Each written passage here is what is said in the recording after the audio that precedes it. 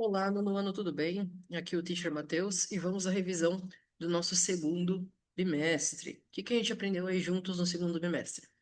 Especialmente, esse segundo bimestre, a gente aprendeu sobre as frases condicionais.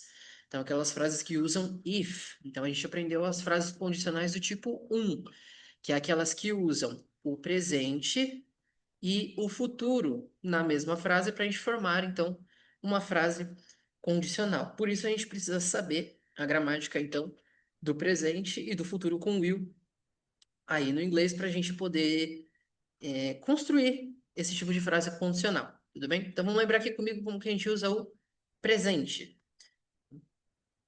Para a gente conjugar um verbo no presente no inglês, não é muito complicado. A gente tem que sempre ver se o sujeito é he, she ou it.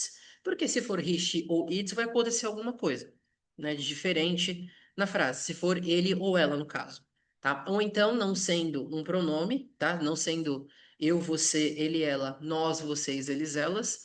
Se o sujeito não sendo um pronome no singular, ele também muda a regrinha. Tudo bem? Então, olha lá. Peguei aqui, por exemplo, o verbo like, o verbo gostar.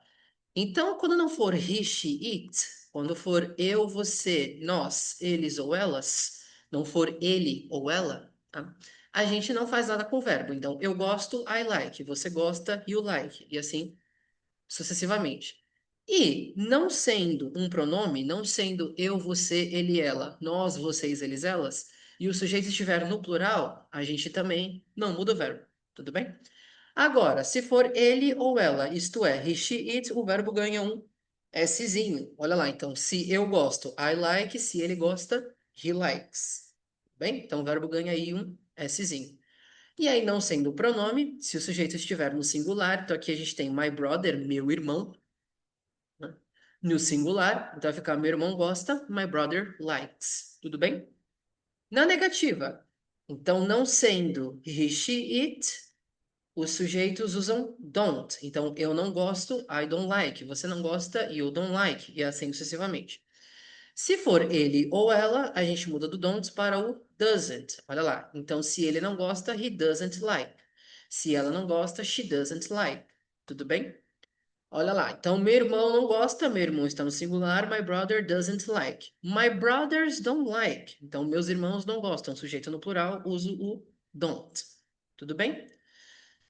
Então, as regras mudam quando for he, she, it e sujeito no singular, né? Que aí o verbo ganha um S, ou então a gente usa o doesn't no lugar do don't.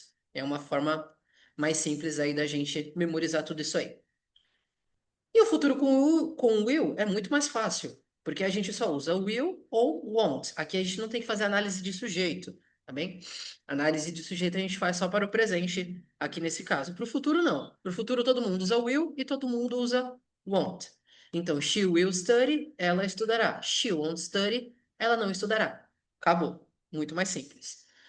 E aí a gente junta os dois para formar as frases condicionais do tipo um, que em inglês a gente fala first conditional. Professor, por que tipo um? Porque existem outros tipos que a gente vai ver até o tipo 2 no próximo bimestre, se eu não estiver enganado, né? Olha lá. As frases funcionais, elas possuem duas estruturas, então a gente pode trocar de estrutura para dizer a mesma coisa. A estrutura um usa if mais simple present, então if junto com as regrinhas do presente, mais o will. Ou então a gente usa will mais if e simple present. Então percebam, o present sempre está junto com o if, tudo bem? O will então é a parte que fica sozinha, eles nunca se repetem, tudo bem? Na estrutura um usamos vírgula. Olha lá. Então, if I study, I will have good grades. Então, se eu estudar, eu terei boas notas. Olha lá. Então, have é o verbo ter e o will coloca então ter no futuro. Eu terei boas notas. Ou eu posso inverter essa frase e montar essa mesma frase utilizando a estrutura 2. Também funciona no português. Olha lá. Eu terei boas notas se eu estudar. Então percebam, é a mesma frase com estruturas diferentes. Tá? Então a gente pode inverter a estrutura. É possível inverter a estrutura de frases condicionais, ok? Na estrutura 2 a gente não usa vírgula. Isto é, se a gente começa a frase com if, tem vírgula. Se o if estiver no meio da frase, não tem vírgula. Tudo bem? Isso é importante. Outros exemplos. Olha lá. If she studies, she will have good grades. Então, uma variação da frase que eu coloquei aqui em cima. Tudo bem? Só que qual é a diferença? Agora a gente tem she como sujeito. Então a gente aplica a regra do Szinho. Olha lá. Então, I study, she studies. Tudo bem? O will, não precisa mudar nada, porque no will a gente não precisa fazer a análise de sujeito, só para o presente. Na negativa, if I don't study, I won't have good grades. Então, se eu não estudar, eu não terei boas notas. Né? If she doesn't study, she won't have good grades. Então, olha lá. Então, agora o sujeito é she, então a gente precisa mudar do don't para o doesn't na parte do presente. E aí a parte do won't se mantém a mesma coisa, porque, novamente, né, no futuro não é necessário fazer alteração de regra por conta do sujeito, somente no presente. Vamos lá. Sujeito no singular. If my brother studies, então olha lá, sujeito no singular, eu uso a regrinha do S ou doesn't, se for na negativa. Então, se meu irmão estudar, ele terá boas notas. Se meu irmão não estudar, ele não terá boas notas. Tudo bem? E aí, sujeito no plural. Sujeito no plural, a gente não faz alteração de.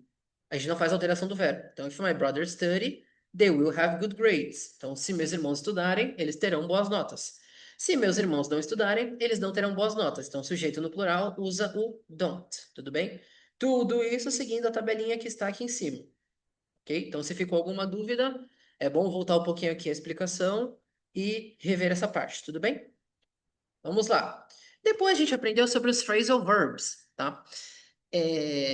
Eu estou mais preocupado que vocês entendam o conceito de phrasal verbs, tudo bem? Então, o que são phrasal verbs?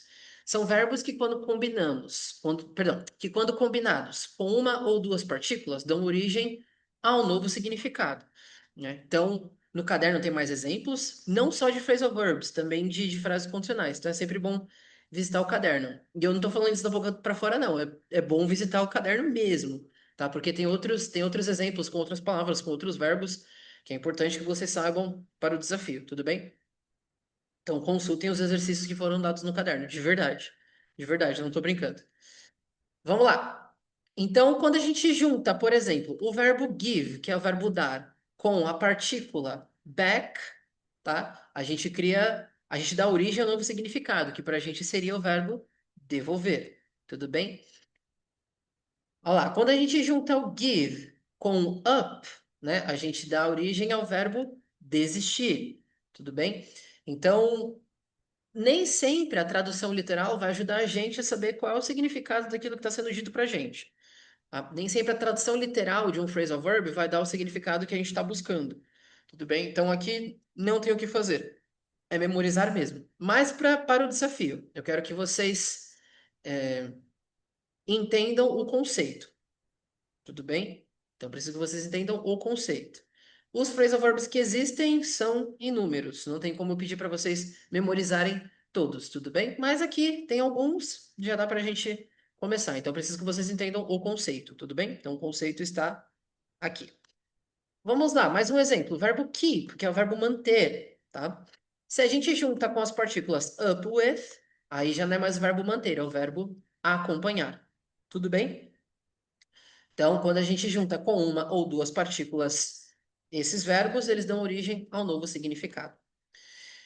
Por último, não é por último. Por penúltimo, a gente tem aqui o vocabulário de Internet Language, que a gente viu aí na apostila, tá? Então, essas imagens, inclusive, perdão, foram tiradas da apostila de vocês. E aí, aqui, infelizmente, não tenho uma dica que eu posso dar. Aqui é só a gente memorizando o que significa cada uma delas mesmo, tá? Então, o I don't know, eu não sei. O LOL, que é a risada que eles usam na internet, né? Laughing out loud, rindo alto, se a gente fosse traduzir ao pé da letra, mas é uma risada que eles usam na internet. To be honest, para ser sincero. Então, quando a pessoa vai dar a opinião dela sobre alguma coisa, ela fala TBH, to be honest. DM, bastante utilizada já no vocabulário dos brasileiros. Então, manda uma DM, manda uma direct message, né? Manda uma mensagem direta, manda um- uma mensagem no privado. GOAT, greatest of all time. Então, a gente chama de GOAT uma pessoa que é muito incrível naquilo que ela faz. Então, pensa, sei lá, Cristiano Ronaldo, Messi, né? Eles são os GOATs, eles são os melhores de todos quando se trata de futebol. Ou então a gente pensa sei lá, na Raíssa, né, do skate brasileiro. Então a Raíssa é o GOAT do skate brasileiro. Ela é a melhor de todas, greatest of all time, melhor de todos os tempos, né? BFF, Best Friends Forever. Esse aqui usa bastante, né? Minha best, minha melhor amiga, meu melhor amigo para sempre, né? Então, thanks, obrigado. Esse aqui não é muito utilizado, mas existe. Então, in case you missed it. Então, caso você tenha perdido ou caso você não tenha visto. As soon as possible, tão rápido quanto possível, o mais rápido possível. FOMO, Fear of Missing Out. Então, Fear of Missing Out é o medo de você estar por fora de alguma coisa. Então, você vai lá, assiste aquela série, você vai lá, assiste aquele filme, você vai lá e consome algum conteúdo por ter esse FOMO, por ter um medo de estar por fora, né? Então, você não consome por prazer, você consome por medo de não estar participando daquele grupo que assistiu o filme, ou então de uma discussão de pessoas que estão assistindo aquela série, tá? Então, esse é o FOMO, é o medo de estar por fora de alguma coisa. O BRO, que é uma abreviação de brother, a gente usa aqui o humano no português. Os meninos usam aquela palavra com V que eu não gosto o tempo inteiro, né? Não vou mais além do que eu acabei de falar. É, o BTW, by the way, a propósito, FYI, for your information, para a sua informação. E o sis, que é o sister, né? Que seria uma aproximação assim do miga, né? Então, hey sis, e aí, miga? Alguma coisa do tipo assim, tá? Beleza. Vocabulário. E por último, a gente viu um vocabulário sobre problemas ambientais, né? Mudando de um capítulo para o outro. Então, um capítulo falava de linguagem internet, o outro falava sobre problemas ambientais. Então, sobre meio ambiente e problemas ambientais. E aí a gente viu algumas coisas no vocabulário, como save water. Então, save é o verbo salvar, mas ao mesmo tempo o verbo economizar, depende da palavra que vem depois. Então, economizar água, economizar energia. Recycle plastic bags. Então, tá bem na cara isso aqui, reciclar sacolas de plástico. Plant trees, plantar árvores. Turn off the tap, desligar a torneira. Então é assim que a gente fala torneira em inglês, tap. Turn off the TV, desligar a TV. Collect rainwater, então coletar água da chuva. E aí a ideia de carbon footprint, que a gente viu. Então a pegada de carbono. Então a pegada de carbono, ela é uma marca, né? Não é um problema ambiental, mas tem a ver com o meio ambiente porque é um, é uma medição, né, se a gente pode dizer assim, do impacto que as nossas atitudes causam no planeta Terra. Então, se você tem uma pegada de carbono grande, o impacto das coisas que você faz na Terra é grande. Se você tem uma pegada de carbono pequena, o impacto das coisas que você faz no meio ambiente, portanto, né, também é pequeno. E a gente leva isso para a ideia das empresas, né? Então, as empresas, elas buscam reduzir aí essa pegada de carbono, ah, a ponto aí da gente melhorar a proteção do nosso planeta, né? Algumas empresas, não todas, né? Vamos ser sinceros também. Vamos lá. Deforestation. Então, aqui sim entrando na ideia de problemas ambientais. Deforestation, desmatamento. Climate change, a mudança climática. Sea pollution, poluição do mar. Garbage, lixo. E consumerism, o consumismo, né? Então, o consumismo está atrelado aí a ideia de problemas ambientais porque gera mais descarte, né? Quanto mais a gente consome, mais descarte a gente está produzindo, né? Muito bem. Lembrando que consumismo é o consumo exagerado das coisas, né? Quando a gente tem, sei lá, 15 pares de sapatos e usa só dois, a gente tem 30 camisas e usa só três, né? Então, o consumo exagerado das coisas e aí acaba gerando descartes e impacto para o meio ambiente, consequentemente. Tudo bem? Então, é isso. Tudo bem, tem bastante coisa aqui nesse vídeo, então eu recomendo que vocês assistam a esse vídeo fazendo as anotações de vocês, reassistam, tá? Se for necessário. E se vocês tiverem alguma dúvida, pode me procurar pela escola, tudo bem? Então, vejo vocês pela escola e see you, bye bye.